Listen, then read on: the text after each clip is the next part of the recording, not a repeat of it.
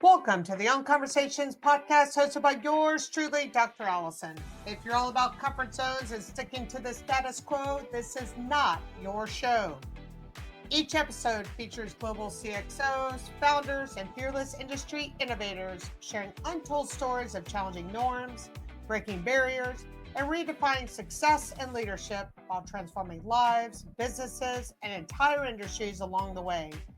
These exceptional quote unquote human beings share in a candid, unfiltered, conversation of how adversity became an advantage, how doubt fueled drive, and how the unconventional path led to an unshakable sense of purpose.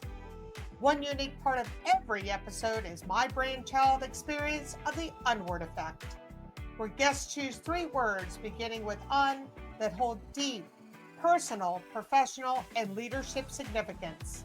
These words aren't just a creative twist, they offer a lens into the evolution of a leader. Hey there, thanks for joining us on the Conversations podcast. I'm Dr. Allison, and I'm excited to share what's coming up today. Let me ask you this question. Would you walk away from a top-tier exec and legal role in pro sports to launch a luxury fashion brand? After hanging out with Alanna Matthews, founder and CEO of Elatus, you just might be tempted. Her energy, contagious. Her story, anything but ordinary. Before launching Elatus, she was making history. First female executive as EVP of Business Operations, youngest general counsel for the Dallas Stars, and the first woman ever featured in a franchise photo. But behind the titles was a deeper calling. In this episode, Alanna opens up about the moment she chose purpose over prestige, walking away from the world of pro sports to build something of her own in luxury fashion. We explore the courage it takes to start over, why just getting in the game matters more than just being ready, and the one powerful tool every entrepreneur has, but often forgets to use. This one's raw, real, and seriously inspiring. Let's unclip from hesitation and ride towards inspiration. Well, I cannot thank you enough. I've been so excited, first of all, to meet you. And second of all, I am a huge fan of pro sports.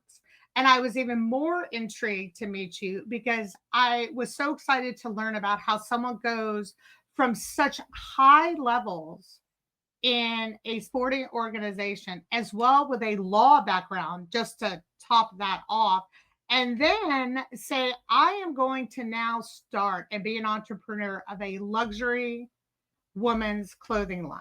It said to me, I need to meet this person, and this is an unbelievable, incredible story. So I am excited to even learn more myself through this podcast. But first, I would like to, as we talked before, I like for the viewers and the listeners to get an idea of who the person is. And I asked you to think of some unwords, and you were very excited to do this, which was, I loved how excited you were to kind of go through this process. Yes. Do you mind talking with us about what your process was and then to individually go over those unwords for us? Yeah, well, it's funny because with all of the responsibilities, I think you and I had spoken. I just had my little guy, and I was like, "Oh, I need to schedule time to think of my unwords to prepare for this podcast." And I kind of was going, and I did it really quickly, so it was really an organic experience, and I think it was beautiful. I didn't overthink it. I was like, "What are the hallmarks of my journey? What do I tell my boys? What do I preach to other women? What do I think has really been the continuous thread?" I think one of my favorite things in reading biographies and studying businesses and founders and history and present is seeing patterns. And I was kind of doing that quickly to myself. And so I came up with my three unwords: unwavering, unrelenting, unconvinced, really quickly, honestly. And Wow. it kind of rung true to me about how strong they are in my mindset and how strong they are in my life and how I face everything. And so my 3 words actually wasn't a long process to go through and assess it. It was just, these are my core principles. That's awesome. I thank you for sharing that. What is the first word that just resonated with you? So my first word is unwavering, and unwavering really came to me really as a representation of self belief. I think my number one pillar and what I see in a lot of happy, ambitious, successful people is, a sense of strong belief in their own capabilities. And so unwavering for me is, I don't really get down on myself. I don't really doubt myself. If I do have doubts, I'm pretty quick at shaking them off or rationalizing or reasoning them away in my mind. I have a very strong mind game of Mhm. self support, self kindness, self belief, really strong sense of self respect. And I think if you believe you can do something, you're so far ahead of the game. The whole world is around you trying to take you down, put negative thoughts in your mind, and the more you can cultivate it. And that really is my whole career has been that. I've never applied to a job that was posted. I've gone into every door, knocked on the door and said, "I can do this. I can help you." And you don't do that if you don't believe that you can, right? So you have to start with that first sense of self. And um my family has a big role in that. I was the only girl. I have older brothers. I was always trying to compete, trying to prove my worth, trying to win. And I think I always used to say I have a chip on my shoulder to prove that I'm good enough, that I can. And really, when I was in my 20s, I realized it's not a chip because that makes it sound like we're somehow incomplete. I have such a Sure. strong sense that I can do this. So it is a sense of unwavering And you self-belief. had a strong family foundation because I was going to ask you the question of where that unwavering came from and where you learned uh, how to not get bogged down with the negativity and kind of wavering through it and Yeah. coming out on the other side of that. And it seemed like that started from your family in getting that strong foundation. Yeah, definitely. I credit my mom and dad. I have two great parents. My mom unfortunately has passed, but my mom was she was just dynamic. She was a force, and I was her only girl. And she just constantly spoke power into my mind of, why not you? You can do it. You can be just as good as the boys, maybe better. Like, when I was 7, she signed me up for an all boys hockey team that had no girls. So there was no girls team. And she let me cut my hair short, sign up, and we showed up. We just showed up like, here, we're ready to play. Tell us we can't. There wasn't an asking permission. She was just powerful. And, my dad moved us from Canada to the US. He set up his own business as a doctor. They took risks and they bet on themselves. So they instilled in us this sense of, take the leap, believe in yourself, get education, do the preparation, but go for it. And so I really had a dual support system, seeing my dad come from nothing and build a beautiful medical career and business career, and my mom have her own businesses and speak multiple languages and push us to just go for it. That is awesome. I am so happy that you shared that story because I really with so much going, especially in the world today, there's a lot to get bogged down with in social media Oh yeah. and when you're trying to build something and stay positive and I think already you've provided a really insightful nugget. So I appreciate you sharing that foundation. I would love to add to that because I do feel Please. very strongly about social media and the news and all the created content that gives this perfection is the goal, or everyone is perfect. It's such, like, it's inaccurate, and it is really dangerous for your mindset. And as a founder, anybody doing something unconventional, you have all the voices of convention trying to pull you back. And so for me personally, I'm very careful about what I consume, not only my physical health, but my Mm. mental health. I Absolutely. very careful. I read books about people who do great things. I read books about people who've risked and achieved and struggled. And I listen to podcasts like this about people who've gone for it, that share the messy, that share, their successes, their failures, all of the real. And I don't really follow much else. And it's very careful. I have a very small circle with my family, small circle with my friends, and I monitor what I allow in my mind. And the more you can control your thoughts to focus on your goal, I think the more successful you can be. So I tell people, like, curate what is in your life, people, social media, your food, your health, your books, like curate it so it's all serving your goal. And that's where I think our foundation came when I presented what I wanted to do with this podcast, because I didn't want it to just be a traditional podcast. I wanted it to be positive, and I wanted to showcase positive, powerful people, and who are willing to be vulnerable, and really showing that you can do great things no matter what distractions are happening in the world. What is your second powerful unword? So my second word is unrelenting. And I actually had a chuckle about this because I am a big Peloton person, and my handle on Peloton is like relentless. Like, so I was like, oh, must be a theme in my life, this unrelenting, like never give up, go for it. And so unrelenting to me really reflects the dogma of effort and persistence. And, I love the notion of always forward, like keep trying. Like, I remember I was struggling with a Pilates in the beginning, and I was really, running into a lot of the early barriers and doubt and problems.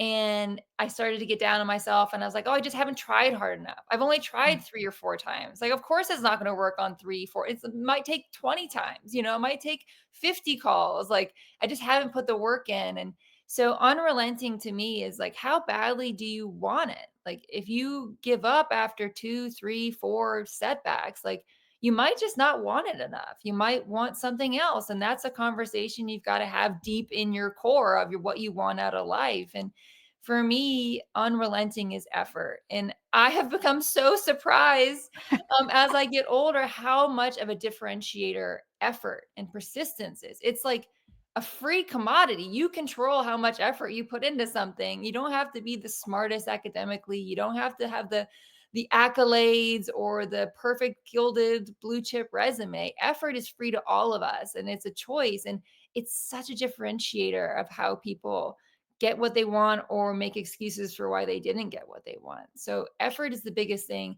And to me, I am unrelenting about my goals. It might take me a decade. It might take me 2 decades, but you better believe I'm going to get there once I set my mind to it. Yeah, absolutely. And I think that's what was so powerful when I spoke with you, because I would think in your career and in your path that I'm looking forward to us diving into, that you would have to be, and something that I hope we can touch on too, is you being a woman in that space, and how possibly that unrelenting word, being unrelent, could be misinterpreted Oh yeah. by that community. So I hope we touch on a bit of that, because that's also why I enjoy asking my speakers to think about their unwords, because those unwords that begin with un, they can sometimes be looked at in a negative way or be interpreted as negative, but in fact, they can be so powerful. And so, in Yes. my executive coaching practice, I use this as a tool in a way. They're like, I don't know how these words are going to benefit me. But then they take a step back to think about the words that sometimes we use automatically to describe ourselves, Mhm. and they're just the same words, and they're not as powerful when you begin to think of yourself in a different way. So the two Yeah. that you already described, I and when you even mentioned just the words to me and just a highlight, I could absolutely see why you would describe yourself Well, just a using little those add words. on here for your skill set and your offering of executive coaching because when I was deciding, do I leave pro sports to launch my own company? I did executive coaching and we started with values. And you listen to how you describe your life or your goals, you might be unaware of how what words you use. And having an executive coach reflect it back to you and be like, do you know you're saying these words can be really powerful? So I think the unwords even to someone like me who's gone through executive coaching, who's gone through these leaps, who likes to think of myself as being very introspective, even my unwords are like, oh, that reveals so much about my journey that this is my value or this is how I see it. So yeah, I loved working on these unwords.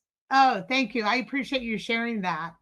And the third one, This is my favorite one. it just keeps getting better. That's why I asked you to put them in an order that you felt was Yes. going to be perfect. Well, I just have to like apologize in advance to the listeners because I'm going to get increasingly like hyped up and activated and like, all rah rah here because I feel so strongly about it. But my Well, let me last, ask you this, Ella. Do you want me to let me ask you uh to maybe have a little bit of fun? I did ask you to think about a title that sort of encompassed your story. Do you want me to share the title and then have you go into the last unword just to yeah, kind of mix sure, it up that's a bit? great. I love the title. Go for it. Okay, I loved it too when you shared it with me. So I asked you to think of a title that would sort of encompass what it was you wanted to talk about, and you said leading from pro sports to entrepreneurship, and and you briefly talked with me about that when people think pro sports because they see all of it, the glitz and the glam. And then entrepreneurship of, oh my God, what am I doing? And it may show a little bit less of the glitz and the glam. So I know we'll kind of get into that. Yes. So, with going with that powerful title, what was your third unword? So my third unword was unconvinced, which again, these words just came to me so quickly. It wasn't like I belabored it and thought and wrote down like when I was trying to think of unwords, I was like unconvinced. And this one struck me as such an aha moment. And I loved it as soon as it came into my mind because we did executive testing, the like personality testing and all of this in my career. And my dominant type that came up on I forget one of the tests that we did was a challenger.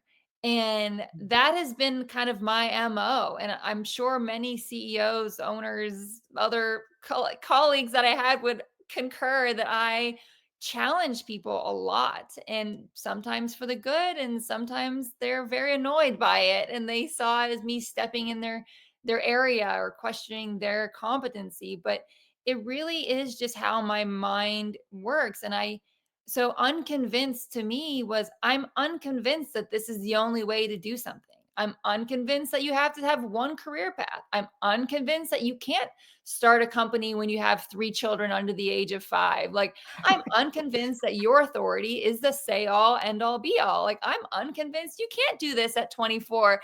And so I just have always had, and it's gotten stronger and stronger the more I've exercised this muscle. But I've always had this challenger mindset of, why can't it be done differently? Or why do you have to build a box that way? Or why can't a woman lead the operations of an NHL team? Why isn't there a woman in the NHL team photograph for the Dallas Stars since the team was founded in 1967? Like, why is there no women in it? Like, why not? Like, why don't we have these programs and roles? And why can't I switch careers? Why would I not be able to go back to a law firm or to a sports team? There's such fear in people's questions and paths. And I'm just always challenging that fear based mindset and also just asking why we do things. And to me, that's was a gift that I had coming into sports. I remember I'm gonna go a little tangent here, but I promise I'll bring it back. No, When I please. joined the NHL team, one of the, hiring managers asked me when I was being interviewed, um, why didn't I intern with sports? And I was like, well, I was being a lawyer. Like, I was at a law firm. And, I just saw it as such a benefit to have somebody of a different background join the organization. And the Stars did too. So they brought me in, gave me a huge opportunity. And so they kind of brought me in as someone who didn't grow up in sports, didn't leave college, intern, go up step by step. And so when I came in, I asked everything. Why is HR structured this way? Why do we have these protocols in IT? Why do we keep these documents this way? And it allowed us to rebuild it and rethink and keep the good and change things that weren't serving the organization. And that's how I've approached custom suiting and women's clothing and fashion is you not knowing and not being an expert and jumping into something without the traditional expected background really does allow you to see things differently. So I am perpetually unconvinced of things, and it has served me really well because it's given me questions, curiosity, and also a new way of seeing things. I'm so happy you brought that up because during my earlier career, and I have a PhD in organizational psychology, and we were focused on learning about those personality and behavioral tests in corporations.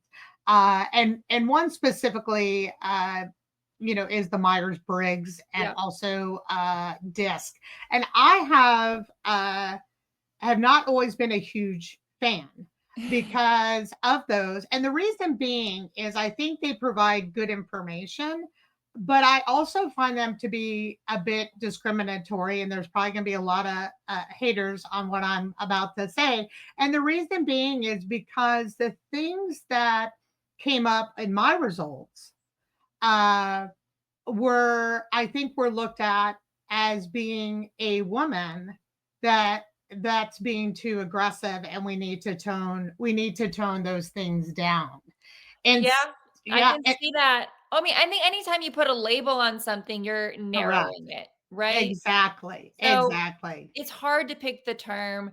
I can tell you that when my test, we talked about it, as a group, and it was like challenger, it wasn't seen positively all the time. And that may Yeah, have been a different word used for a male. They may have seen it like dynamic, boss, leader, like innovator, correct. but for me, as Correct. someone who's challenging, that kind of has a negative connotation sometimes.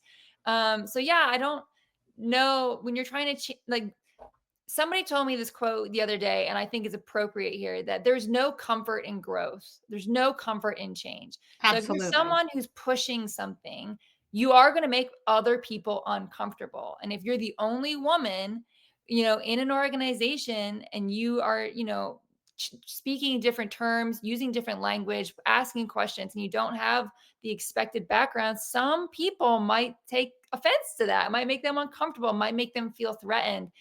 I had a long tenure with the Stars and they were, they took it for a while and they saw the benefits of having someone like me in the organization, but it wasn't always smooth sailing. Yeah, I'm sure it wasn't. Do you have a story that you are able to share where that wasn't really looked at well, but maybe how you were able to overcome? Yeah, I mean, there's many that I probably shouldn't share. Um, but there was one in particular where I was leading a matter and we had to hire an outside third party, and one of a senior member of the organization wa- was very was very focused on hiring this different group, and I just didn't think they were the right solution for that matter. And I was young to the team, but I was the one with the knowledge. It was an issue in my wheelhouse, and I had only been with the team like under a year. And I went in, and this was a buddy's buddy, right? This was someone they'd always used. They'd always gone to this group, and I knew the matter more. I had more intimate details of the facts, and I had the background, And I walked into, the CEO's office at the time and I said, I really think we need to switch, our expert on this. Like we need to go this direction. And and I remember, he's a wonderful person, friend to this day, and he was like, "Is that your decision? Are you putting your name on this?" And I was like, "Yes, I am." And I remember being terrified. Here's someone with extreme amount more Yes. seniority than me. This is, he's been in sports, leading sports for a long time, and I'm this newbie, young lawyer coming in.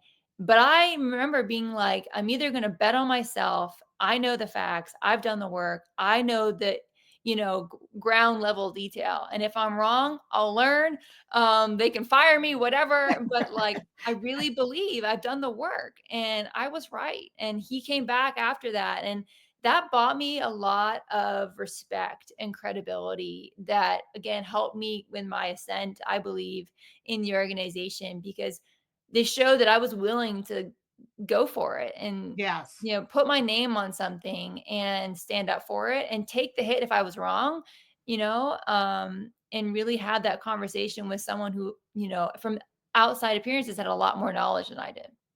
Yeah, that's great. I really appreciate you sharing that because it really shouldn't matter what someone's age and what someone's experience is. But I think what it really shows within your story that you're really believing in something and you believe it's the best decision and that you're willing to stand by that. And Yeah. that shows a very strong leader. And it's not that you're saying, I'm going to do this because it's only what I think. You're giving a full picture of why you feel moving forward in this direction Yep. is so important. And if it is a mistake, then you will own it and learn from that. And I think that's a great basis for leadership. I mean, it comes down to, in my opinion, doing the prep work. And when you're, prepared, when you've done all the work, you're never gonna have all the information. But when, confidence comes from believing in yourself. And I think that's even the root of the word is like Greek for like, self-belief, but like I had done the work. No one had been at the ground level more than I had. Nobody put more hours into that issue than I had. And so why Mhm. wouldn't I be the most knowledgeable on that issue, right? Yeah, absolutely. Again, unconvinced, Yeah. unconvinced. You Well, Um, that was a perfect a perfect story to describe that unconvinced. I will say, just you mentioned age, and I remember also, again, I have a lot of these moments in my career. Right when I joined the team, I remember I had another lawyer, an outside lawyer, on a call, a group call, and he said, "What do you know? You're a baby lawyer." On a call, there Wow. was like 10 of us on this call. And I, scared to my boots, nervous, sweating, cheeks blushing. Good thing we weren't on Teams then or video. Like, you know, I was like, you know what? That is incredibly rude. I was like, I might be the youngest, but I'm in this role. So and you have to work with me in this role because there's no other general counsel for the team. And afterwards, that gentleman came back and we ended up working together very well. And again, bullies respond to strength, people respond to strength, and it's your Absolutely. choice to be strong. And I chose to be strong, and that gained me a lot of credibility too.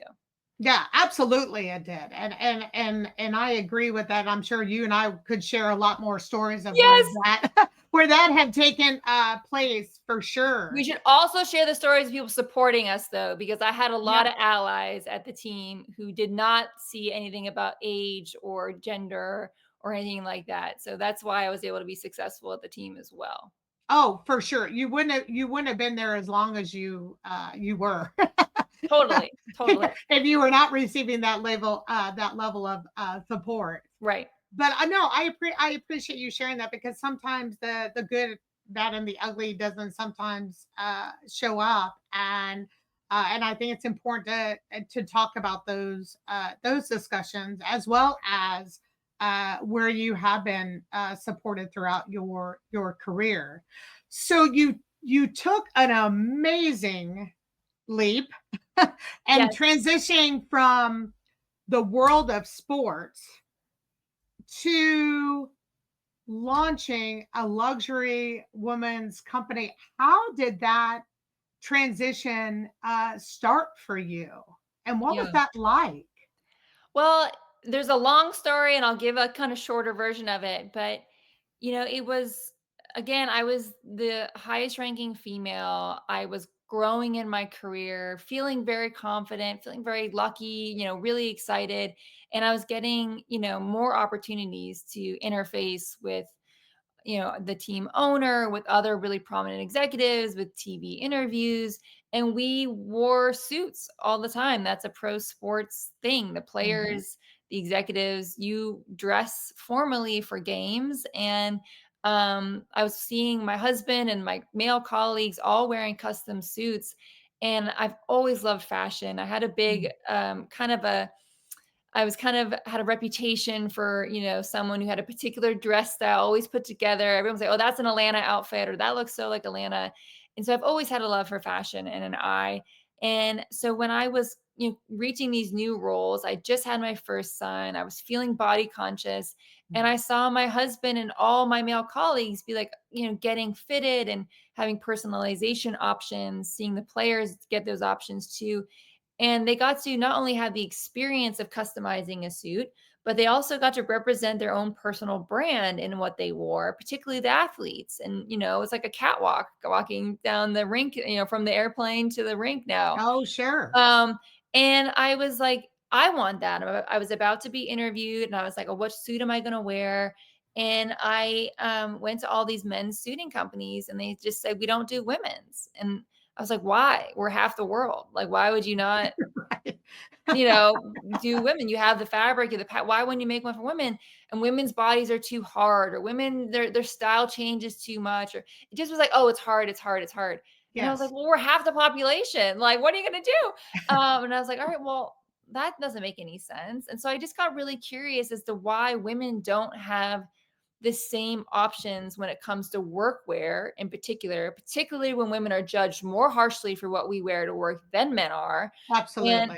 oh, yes, it's Absolutely. documented data, like, you can Yes. read the study about it, so Yes. don't dispute it, and women just didn't have that option, and I was looking for it, and I was like, "If I can't find it and I'm a shopper, then sure there's other women like me," and so it just kind of launched this path of, like, I needed some joy, I needed a sense of identity after having my son and being promoted to this big role, and it was a creative nurturing, refilling space for me to figure out how clothes are made. And I went into this whole history of suiting and I realized that it's really been geared towards, privileged men. And I wanted to reclaim that for women, particularly women who are striving to build their multifaceted careers and want Yes. to have a mindset supported by the outfit. Yes. Um, so a lot of came started really while I was still at the team. It was nights and weekends, stolen minutes here, stolen hours there. And eventually it grew to the point where my love and my passion and my energy was really more towards, building a Lotus, building a company that served women. And I ended up making that switch. But, you mentioned the title that we talked about, we brainstormed before the podcast about leading from pro sports to entrepreneurship. Yes. And my subtitle, if you remember, was Getting in the Game. And, Yes. um I wanted you to say yes, that. so someday I'm gonna write a book. This is the Yes. title. I'm calling it right now. Yeah. Trademark, copyright, whatever, right? It's not how you do that legally, but, um, getting in the game. And what I realized is I was supporting these amazing athletes. What I love about sports is that you see athletes give everything, their time, their blood, their sweat, their tears, to be the best that they can physically, to achieve these goals, right? And I love that about competition, about sports, about athletes. And I recognized that that's what drew me to professional sports. But I realized I wanted to be a player on the ice, so to speak. I wanted to do that for my own goals. And after doing executive coaching, I realized that my own goal was to, run my own business and get in the game, so to speak, in my own version and be a player on the field. And to me, that meant not supporting another person's business, but building my own and really doing one that aligned with my values of serving women and telling women to go for it. Like, say what you want, wear what you want, ask for what you want in the world. And if they're not going to give it to you, build it yourself. So if you don't like what's being offered on the rack at the store, go customize it and personalize it, because you should have what you want in this world. And we don't have that much time, so don't waste it and go for it now. And that is my whole mission with Alatis, is just through personalization of clothing to empower women to go for what they want, particularly in their careers and their lives. Yeah, I agree with that. I earlier last year, one of my I had an amazing COO that came on my podcast, and her wife actually started a gender inclusive clothing line, because her wife had a very difficult time with her body type, uh, in finding clothes in the women's section. And so she was finding more appropriate clothes that fit her, but they didn't make her feel good in in the men's section.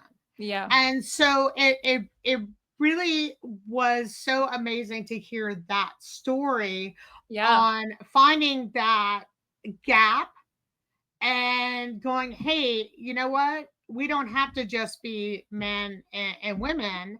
And if you want to focus on a women's luxury clothing line, you can, and really demonstrate how you're going to be different in finding that need for women, because just because of the general you going to a store doesn't mean in the department store that you're going to find exactly what it is you want and what makes you feel good. Yeah. And I love that about your company and your market in helping your clientele feel more confident and feel good through the type of luxury clothing that you want to provide to them. Yeah, that's the whole point behind Alatis. That's what keeps me going on the hard days and the days when people are like, "Wow, I can't believe you quit your role in pro sports." Like, "Wow, I can't believe you're not a lawyer." When I get, other teams coming looking and wanting to bring me back, what keeps me grounded is this notion that I would feel like I served women if I remind them that you can ask for it. You can create it. You can go, you don't have to accept the status quo. And if your personal style or your body shape doesn't fit whatever happens to be on that labeled section, that's okay. You get to build your own. Like, you can do what you Yes. want and like be you. And I talk to so many young women in particular who have such self doubt at such an early age, or such a fear of self expression. And that makes me so sad. So, if a lot of us can help women as they're going up in their career, not only women who've already reached the pinnacle of their career, obviously we want to address them as well, Of but, course. Of to course. remind more women. I think beauty in life is figuring out what you want and going for it. And we're representing that in clothes. I want to circle back to something you just said that I thought was also really powerful. Because in society, we look at certain careers as being the end all be all, and they're the striving force, and they're the ones that make a ton of money, and that's what's going to bring you success. How do you respond to people? And I leave that as an open question, or the perception, because people could think in their minds, which we don't really care what they're thinking in their minds, really. We want to know what's, but I think it's so interesting because someone could say, when I read about you, let me phrase it this way. I thought it was very cool about how you started your career. You were associated with sports, an attorney. You're still involved in you know with law, and it's almost like this perception of, oh my gosh, how could you have give up all that Hmm. to start this and to be an entrepreneur and start a luxury women's clothing line. You know, How does that respond to you when I say that? Because for me, I looked at that like, oh my gosh, I cannot wait to have her on my podcast. And I'm sure there's other people that have that you know heard about you, know you, go, oh my gosh, how could she give up all that Yeah. and want to start this. Yeah, there are days too, like I said, where I'm like, "Oh my gosh, did I do the right thing?" Right? There are always moments of like we have to quiet the noise of that weak voice that comes in. But it's funny. I think my time in professional sports really, I'm so grateful for it. What really served me well at launching me into entrepreneurship because professional sports has such this glam factor. I remember when we are interviewing with people and people think that we're just like hanging out with celebrities and athletes and jetting around, the country and like, there's a lot of fun in professional sports. It's a fun industry, but it Oh is a yeah. grind and, it is still a business with all the same problems and challenges that all businesses have. And so, we always would kind of ask people applying to the team, like make sure that, they knew that it was work, not just like fun hobby of going and watching the game. Like you're not going to be hanging out watching the game. You're actually going to be working. And the same thing, there's a good parallel there with entrepreneurship. I think particularly what I've come to realize is there is this glam around the founder or the entrepreneurship. It's become, romanticized in a way, and people are sharing this curated, created marketing ploy of all the positives. But they're not talking, maybe more now, but they're not talking about, there's not enough talk about the negatives or the challenges or the loneliness or the doubt or the financial stress if you're self funded or just stepping off a path that's expected and having family or friends or colleagues or peers who knew you as one thing, see you as a novice in another. And that takes a particular grit and self belief and self love to go from being seen as an expert level voice in one area to being on a call like I don't even know what that means. Like how do we do this? How are we going to move this forward? And that was my experience. I don't come from a fashion background. I can say now I know a lot about fashion after hard work of self study and years, but, Yes. I went from a very knowledgeable base as a sports executive, as a lawyer, where I was very confident because I had trained for years in that industry to jumping into a new industry. But I was prepared for it because of one, my unwords will mirror through here, but two, because sports is, it's a lot more grind than glam. And entrepreneurship is the same. So I'm a grinder. I was totally fine with having to do things on limited resources with limited staff in a short time frame with limited knowledge and being okay not being the full expert in this new space until I can learn enough to be that. So I think that people always, I get that question a lot, like how could you go, it's this story of like, oh How my could gosh, you not get that question? I'll get it all the time. With And everyone's perception yes, of and it's just the be careful glam. what you wish for. People's jobs Sure. aren't always what they look like on Instagram or on social media. They're showing you a highlight reel, and there are challenges to everyone. And so that's why, I tell my friends and other women and young law students or young business students, like, you got to cultivate what you want in this world. Like, you got to come back that, like, is this what I want? Or is this what society's telling me I should want? Because there's a lot Correct. of people with some big titles who are very unhappy. Yes. Yes. As I said, when I was introduced to you by a mutual connection, my first instinct was, wow, how did that connection really happen? And then I was really thinking about some of the powerful conversations that we could have during our podcast time. And I'm really happy that you brought up, yes, I'm sure there were parts of your experience with the Dallas Stars and in sports you would never give up, and the amazing people that you got to meet Really good along people, the yes. way, really amazing people. Uh, but like you said, you weren't just sitting there having a glass of wine in the suite why this why this is happening. And yes, No. you may have had the opportunity to just head to some amazing places. And that's why having this podcast is really important to me, and to talk to founders and entrepreneurs such as yourself that can really talk about these kinds of issues. Because and I love that you mentioned the noise. I constantly talk about that, is lessening the noise, because the noise around it can be very distracting. And I'm talking, it could be political noise, it could be business noise, it could be whatever. And picking and choosing, and I think you said this really beautifully early on in the podcast, really embracing what it is you want to embrace. And that's not checking out of the rest of the world. That's picking and choosing and being aware of what's happening in the world, but also really protecting yourself mentally and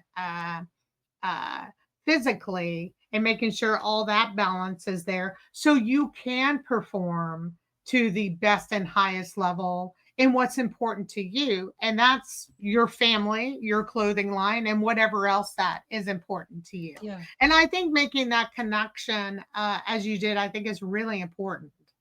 Yeah, I think what I've realized in my own career, my family, with, all the biographies and books and self-help and mental health stuff that I've done, which I'm a constant reader, learner. I what I've realized is that people who are happy and achieve their goals are singularly focused, and they put effort on that goal constantly. So it's singular focus, a ton of effort for long periods of time, and they narrow in focus, effort, and persistence. And you can't narrow in on a goal if you haven't done that work yet to figure out what your goal is. Because eventually, if you're chasing somebody else's goal, you're going to give up. You're going to get tired. You won't have that emotional, mental strength to keep going when you're tired. But if it's something that moves your soul, moves your life, and fills it with joy or curiosity or learning or love, if you have that, intangible connection to it, you will be able to quiet the noise. You will be able to, when somebody comes up to you and says, I think we should launch X, Y, and Z, you'll be able to say, nope, that doesn't align. We're not doing that. Moving next. And so that singular focus on a goal it is how you achieve things, but you can't achieve things if you haven't set the goal first. So, I see a lot of Yeah. young students come, and to this day, they'll call me like, how do I get into pro sports? How do I start a fashion line? Or I want to do this and that.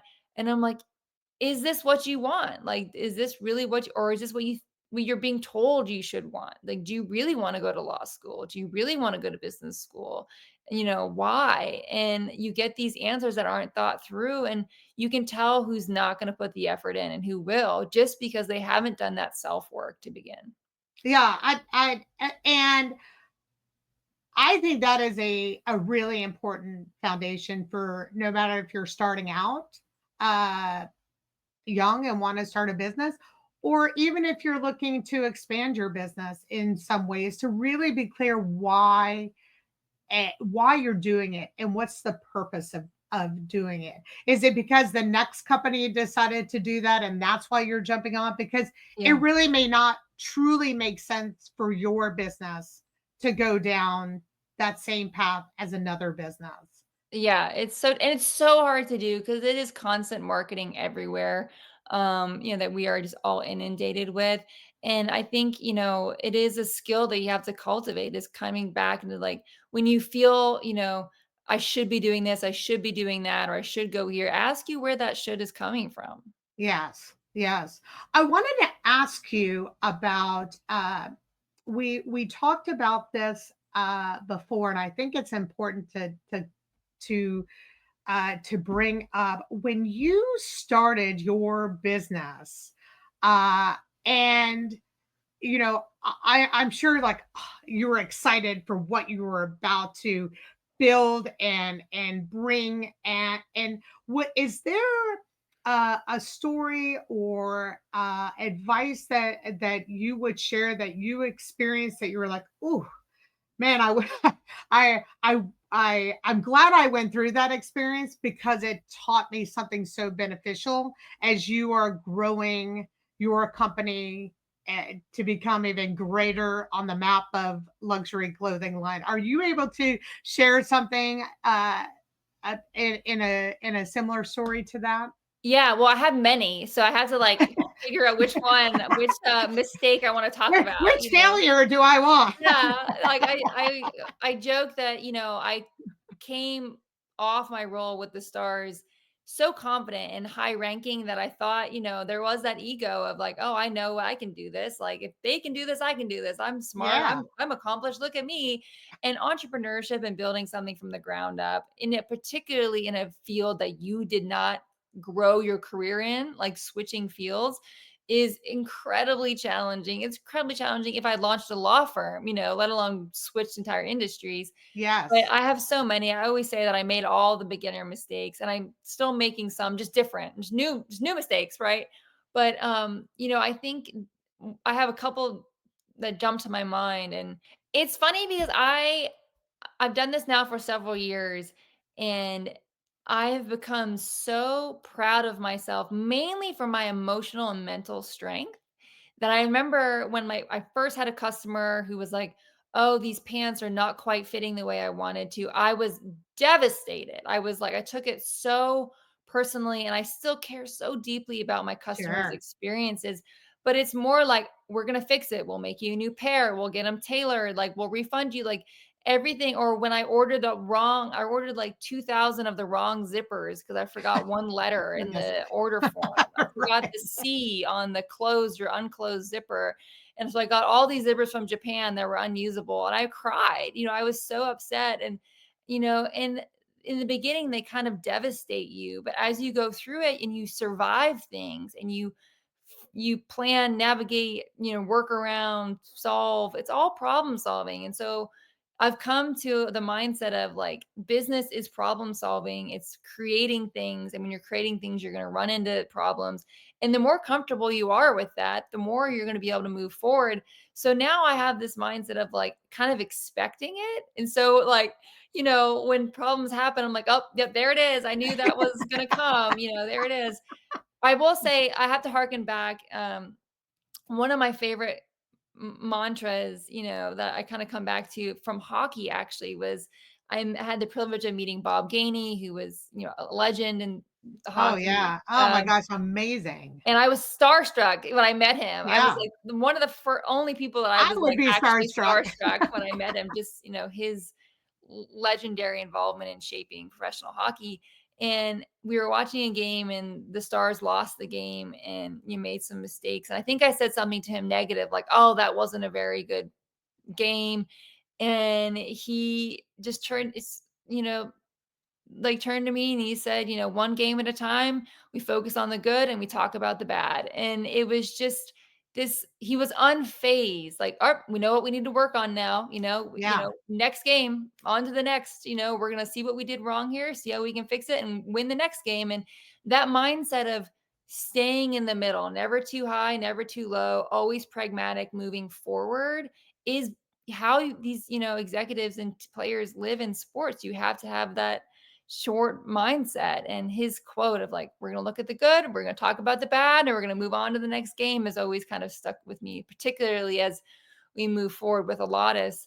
I think one of the other stories, if we have time, I'd mention is when we Yes, please. started Alatus, I kind of had that shiny object syndrome that is common in entrepreneurship. Yes. You feel like you need to compete with these companies that have been funded by outside capital and they've been around for 40 years, and you think that you need to be doing everything that they need to be doing, which is a misstep. Um, you have to come back into your organic purpose and where you are. But when we started with algorithmic sizing, and I invested a lot of our startup capital on this tech platform that did unique patterns digitally for our customers based off of a few measurement points. And it was the new sizing fit tech, and I was like, this is it, this is how we're going to do custom, we're going to make it easy. And it really didn't resonate with our core customers. It was very expensive. I lost control of, I had to rely on third parties for this. And we ended up rebuilding our system based off of what our customers were telling us they liked or didn't like. And so it was a really good failure or mistake. We certainly invested money that I wish I had back on it, but it was a learning to listen customer first. And you might have a preconceived notion of what your business is going to be, or what is going to be the hit product, or what the hit marketing campaign, or what the hit X, Y, and Z is going to be. And then when you put it into the world, you might get a very different response than you were Yes. expecting. And that was hard and humbling, but also eye opening, and a good touchstone for me that, like, but you can't forget the customer. You can't forget who you're serving, and you can't be distracted by the new buzzy tech thing that everyone's saying you should be doing. You need to be listening to your purpose and who you're serving. And so we listened to our women that we were serving, that we were addressing, and our customers. And, we kind of pivoted, a year after we launched, into offering different measuring techniques. That and I really appreciate you bringing up that story too, because you sometimes, especially with you being a luxury women's clothing line, I think that even made you define that how your product is made. That's the part that's the luxury, and Yes. making the women feel comfortable and confident, and Yes. making sure, so how something necessarily is made maybe through a fancy process of the algorithm, you're right, maybe that wasn't what it really needed to be. And I think that's Yeah. important. You may not have realized that if you didn't make the mistake, and unfortunately we certainly Right. don't want to make costly mistakes. Well, there's no other way to But learn. Like, that's where exactly. I've given myself a lot of grace, is I'm like, Yeah. "Oh, I messed up again." And I was like, "But I don't know how I could have gotten to where I am if I didn't make these steps," you know? So you just gotta survive long enough to learn enough. Right. And that's really important, that I those mistakes are, because a long time ago I would beat myself up. I used to be a competitive swimmer, and I have a huge competitive streak in me. And I think as Me I got too. older, you learn to take that with more use that in a more graceful Yes. way. And that was one of my transformation ways. And I too went through executive coaching, and I have been doing executive coaching for over 30 years. But it helps me. And one of my executive coaches said to me, you beat yourself up about these mistakes. Is there another way to look at that, where those mistakes actually created larger opportunities for you? Ugh, so true. And that was my huge mind shift. Yep. Was, if I didn't go through that, as maybe painful or costly, or why didn't I know any better, or I should have known it better, and going through that whole cycle of things, that one moment got me to stop and go, you're right. That's how I even built a better company. And Yeah. I was even able to offer my clients even better services than if I didn't go through that mistake myself. Yeah. I mean, Be self-pity has no value. Self-pity Correct. has no value, no utility. You gotta learn and move on, or give up. Those are your 2 choices, right?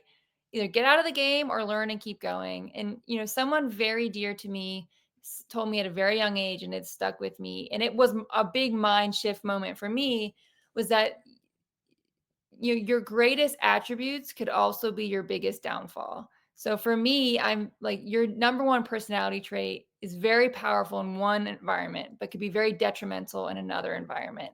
So for me, I'm always thinking about that my competitive streak, my obsession over perfection and high quality and performance, like, that is really good in some instances, but could Yes. be very detrimental and prohibit forward movement, or, allow for, self-criticism, in other avenues or environments. And so what your number one skill is could be great, but could also be really bad for you. And you have to be aware of that. And so how can you put, mind hacks or systems in place to allow you to use that skill in a healthy, productive way, but protect the downside of when it could lead you astray and be hurtful to you. And my friends always joke that I'm like a systems person, because I have so many little tricks and hacks and things that I do to shift my mindset. Or, I'm big on listening to very specific podcasts like this one. I read a specific book. I have quotes around my house.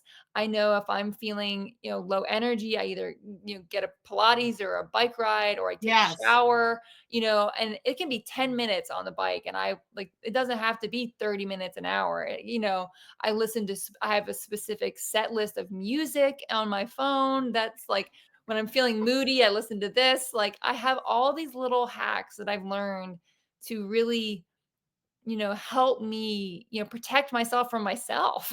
Yes. Yes. And I think it's also a good way to check in with yourself and what you need. Because Yes. I hear from other entrepreneurs and founders that it is so crucial to take care of yourself and to check in with yourself as much as it is to check in with your client. Yes. Yes. I mean, I have been called selfish before, and I am okay with that label. Like, I am okay with being called selfish. I am okay. I think that, I can't do anything for anyone if I am not functioning. So I am a mother of four. I have a wonderful husband. I want to be an excellent partner to him, an excellent mother, an excellent business owner, sister, friend, all of that, mentor. And you can't be any of that if you're not functioning. I absolutely agree with you. I want to just give you a kind of the stage for a bit. I know you feel like I have, but we are getting close to our podcast time, and we've talked about so many uh, useful, and I think just your transition from sports into starting your company. Is there anything that you feel, anything one you want to ask me, or two, is there anything also that you feel you may have left that you just kind of want to leave our listeners or viewers with before we wrap up?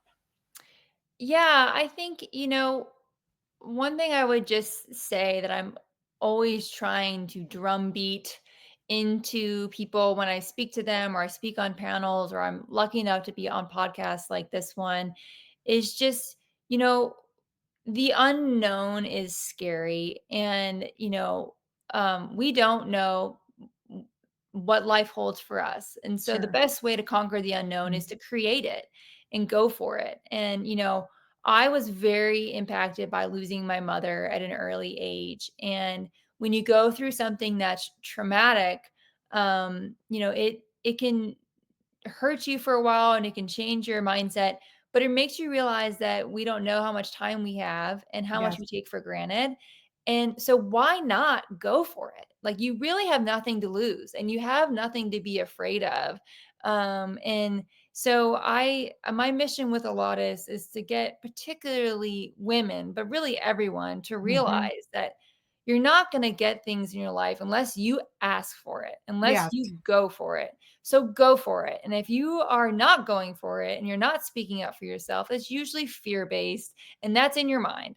So, there's a human notion that things will be much worse than they usually are, that fear is much bigger than it usually is. And, the upside can be so much greater than people realize if you just go for it. So, with Alatus, we're trying to dress women and give them a say in how they can personalize their pieces, because we want women to use their voice to say what they want in their life and go for it, ask for it, take it, build it, create it, you design it. Just take that action, and don't let fear stop you, and don't let status quo stop you either. I, And I think the book that you said that you and I were gonna write together, is that what I Yes, heard you yes, say? yes. You heard it here first. You heard it here first. And I know you haven't asked me yet, but I think you and I are gonna co-write.